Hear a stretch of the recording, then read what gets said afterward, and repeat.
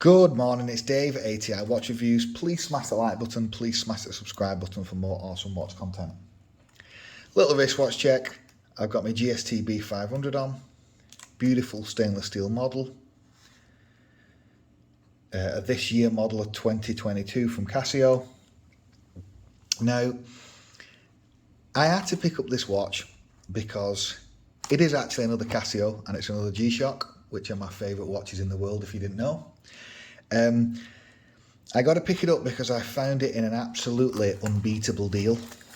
I got it basically 100 quid off retail.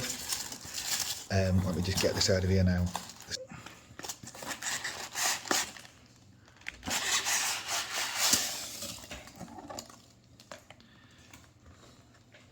Now this is actually, let me just get rid of this. Now this is actually called the Gravitymaster. It's part of the Master of G range with other Mudmasters, but this is the Gravitymaster, and this is the GR-B200-1AER. It's actually a 2020 model. They did do a new colour variation as well last year, so it came out, I believe, during COVID. But I've been meaning to pick it up for a while. It's an absolute beast of a model. Sizing wise, it's an absolute behemoth, but that's not a problem for me because I have big wrists and I do like a big wrist. I do like a big watch, but it is also super light.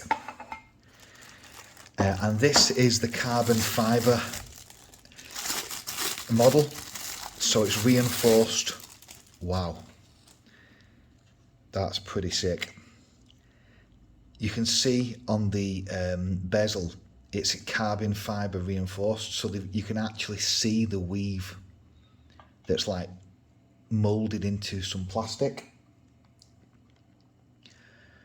It looks like it's tessellated, but that is actually a carbon fibre mat, if you will, that's put into it. Let me just wipe that down. Wowzers. Absolutely beautiful. Now, believe it or not, but this is only around 80 grams. Even though, and it does feel light. It feels lighter than my Gshock, than my Mudmaster that's about 92 grams. And this one, for those that are wondering, does not have the aggressive plastic wings, or it doesn't have them to the same degree. It feels completely different to the Mudmasters, but it is still a big one with it being 63 millimeters.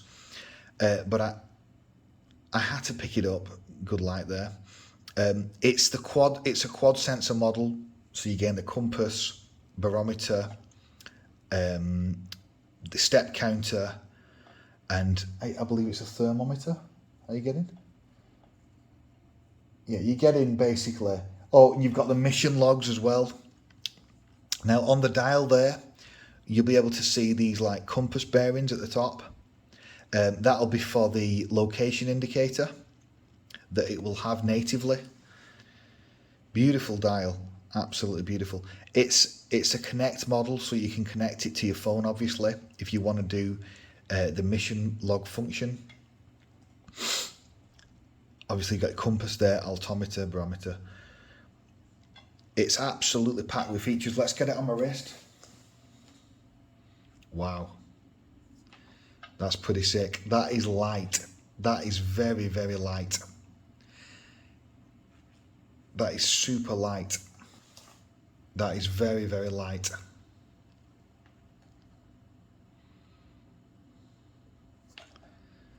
Incredibly, I think this model would actually benefit from the plastic supports that they put on the Mudmasters, so that you can wear it on a looser setting and it stays in place, but it still feels pretty good on the wrist.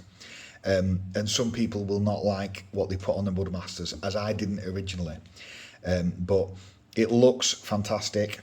Obviously it does look a little bit spaceshipy. It's a sports model. It's a Gravitymaster for people who like flying. And obviously all the functionality is based around that, the quad sensors and all that stuff. I can't wait to get the review up for this model because I've wanted to wear it for so long. The RRP is around $299. You'll be able to get it in deals, definitely a lot cheaper than that, possibly 50 to 100 quid cheaper depending where you look. Brand new. This is a brand new model. This is a brand new unit, sorry. I think it looks fantastic. I wanted another option off Casio and I've got it. You know, another kind of, it's like Gshock-esque. One thing I didn't like when I saw it on the website was that they've put the tang, you know, the buckle, they've put it in plastic. I would have preferred stainless steel, definitely. That will not be anywhere near as strong, and it does feel a little bit flimsy. I don't know why they've made that in plastic on the keeper instead of stainless steel. Obviously, you're getting your 200 meter water resist. This is not actually a tough solar or multi-band model, but you'll be able to synchronize the time by hooking it up with your smartphone, which is what I will do. Let's just go through some of the settings. So obviously it's just on time there. Barometer, temp, so it's got thermometer.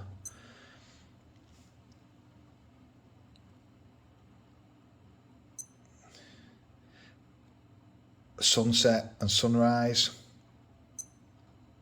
stopwatch,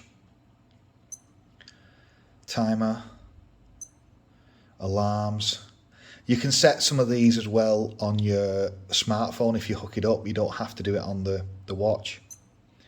World time, so it has like basically, you'll be able to have basically GMT functionality. And obviously you've got the mission log and you've got the location indicator, the way you can set a location, and then you can use these like bearings, these like compass bearings, to where the seconds hand will point to that location. It does look great, fits great. Definitely going to be, I think, in my regular rotation. The strap is definitely, on first impressions, definitely different to the Mudmaster style. It doesn't feel as thick. It feels cheaper actually, but it's more lighter and it's more closer to a traditional Casio Gshock band with a resin, whatever they've used in it, with this particular resin mixture. So some people criticise the Mudmaster band as being too stiff and rigid. Me personally, I actually do like that. In some ways, not on.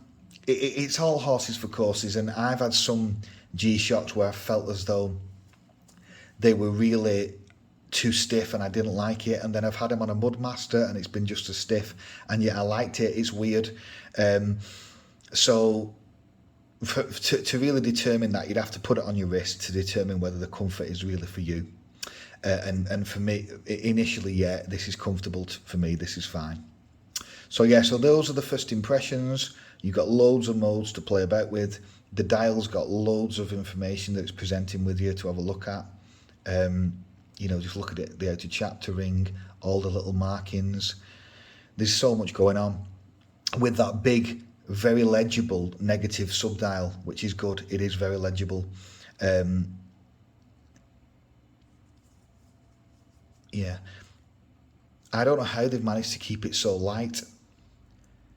It's the carbon core guard model, which just means basically it has loads of plastic built into it and carbon fibre to keep it light but strengthy.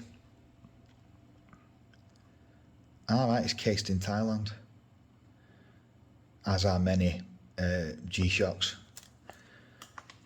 So yeah, so first impressions, very good. I can't wait to get this properly reviewed. I think it looks the bomb. I think some people are going to find it, I mean, I've just put it on the wrist then and I can tell you that it feels lighter and it feels to some degree even comfier than a Mudmaster, which is even bigger. So first impressions are very good. As I said, it doesn't have the tough solar, but it's not a biggie. I think it's because it has that quad sensor functionality again. For some reason, they don't like putting a solar battery on a quad sensor watch as of this moment. Whether that changes in the future, hopefully it will. I think the next one I'm going to get is the Frogman, because the Frogman is another absolutely amazing, iconic G-Shock that I want you all to see. So, so far, so good. This will hopefully be another like standard beta watch for me to go with my Mudmasters. So really impressed with it so far, other than I don't like this tang and buckle being so plasticky. I would much prefer it in stainless steel, definitely. But so far, so good. Please check out the full review, which will be coming up shortly. It's Dave. Cheers.